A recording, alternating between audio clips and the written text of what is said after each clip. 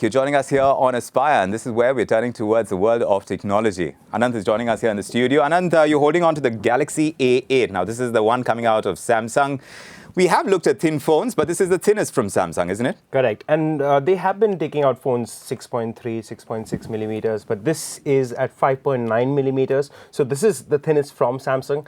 Just 2 weeks ago, Vikram, I was showing you the Micromax Sliver, which is the world's slimmest phone at 5.1 millimeters. Correct. So yeah, thinness is in, being slim. And that's where I was asking you about compromises, because when you go thin, obviously there are certain compromises you do need to make. What about this one? So in the case of the Sliver, if you remember, there was no button out there, and I told you they had to let go of that. But Samsung has actually retained most of its flagship features from the S6 and translated them onto the A8. Right. And you know, there's a lot going for this device. It's got a 5.7-inch Full HD screen, a 16-megapixel camera at the back, great specs in terms of it's got a Snapdragon 615 chipset. It's not the most powerful out there, but a good performer nonetheless. 2 GB of RAM, and the whole interface and user experience is great. And when we're talking about compromises, when it's a slim form factor, Vikram, there is less space to put in things, right? Correct. But when you go in with a 5.7-inch screen, you have a lot of real estate. So you have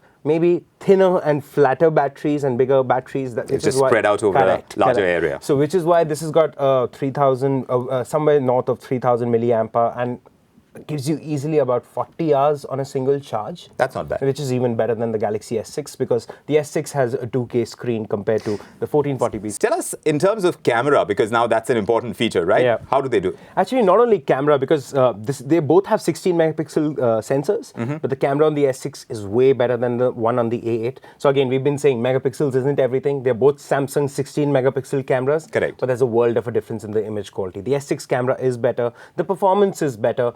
Here you'll get a larger screen size, saving a little bit of money, and essentially more battery life. So clearly, if you're looking for performance, you want a phone that people will notice you for, it's the S6. Since you mentioned the S6, now that's coming in at 36,000 at this point. This is priced at 32,000. So, you know, I mean, where does this exactly fit in the Samsung scheme of things? See, if you remember, the S6 was launched at 51,000 rupees, and now the price drop, it's become a great deal in the market now, because the S6 has proven to be the best camera, even compared to the iPhone. Sure. Great performer in benchmark scores. Overall design and everything, the slimmest, thinnest, there's so much working for the S6. And right now at 36,000 rupees, I think you're even getting in a bundled wireless charger. Right. Because that's a good deal. For 32,000 rupees, this is for someone who wants a slightly bigger screen, more importantly, and maybe more battery life. Sure. That's the big difference. The other thing in the design you'll see is this has got a polycarbonate back, whereas the S6 has got that premium glass finish. Right.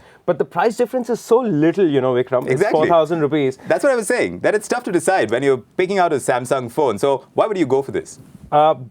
As I said, if I'm looking for a bigger screen. Just that? Just that. Okay. That is the big difference. But the S6 Plus is also coming out soon. The S6 Plus is going to be out very soon. It's got a bigger screen. But again, that'll be, it won't be launched at a cheap price point. So this is going to actually be a better comparison with the S6 Plus, because the price difference will be significant and you'll be looking at the same screen sizes. Yeah, but with the kind of pricing that Samsung is doing right now, what does that tell you about its strategy right now? How is Samsung doing? Because competition is clearly biting at its heels. So in fact, I was talking to some officials from Samsung, and they are very aggressive this time around, because they are aware of brands like OnePlus and Xiaomi's out there. And, you know, they're eating a part of their share. So Samsung essentially wants to retain that. And this year, Vikram, you know, I mean, last year or 2 years ago with the S4, S5, Note 3, Note 4, sure, good phones, but nothing extraordinary. This year with Samsung going metal, you know, not compromising on features, and actually delivering a very good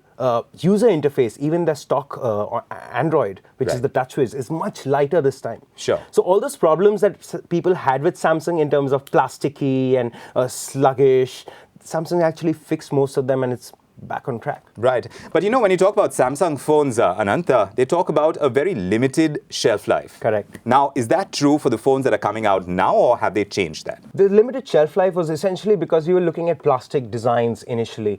Now we've moved ahead, and some of the phones, if you actually look at the Note series from Samsung, it's got a great shelf life. I know people who are still using the Galaxy Note 2 Sure. and are happy with it. Yes, I know a few too. So the Note series has been very successful, and Right. it's actually retained its value as well. I mean, in terms of going and selling a Note series, just like an iPhone retains its value over a long time. The Note series has done that for Samsung. Right. It's not been the case for the S series. Within 3 months of the global launch, there's been a price cut. Correct. And that's essentially because Samsung is like, I don't want to lose out on those million sales. Correct. Millions of sales. And they want to see people with Samsung phones, more importantly, and hold on to that lead that they have, because right now they're Do you think the A8 also falls in the similar category? at least the intentions are such. I mean, see. look at it. They've not compromised on design, and Right. they could have gone with a plasticky removable back. But this year, you'll see everything is sealed, and Samsung Sure. has let go of that removable battery thing. And a lot of people actually love that about Samsung, that you could actually just replace the battery. Right. You can't do that with the S6 anymore.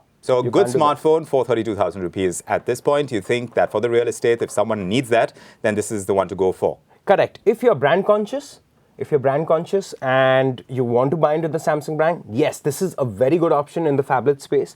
But I think there are other options as well, and just like we've been talking about the OnePlus 2s, and there are other phones out there. But this strikes a good balance in design and performance.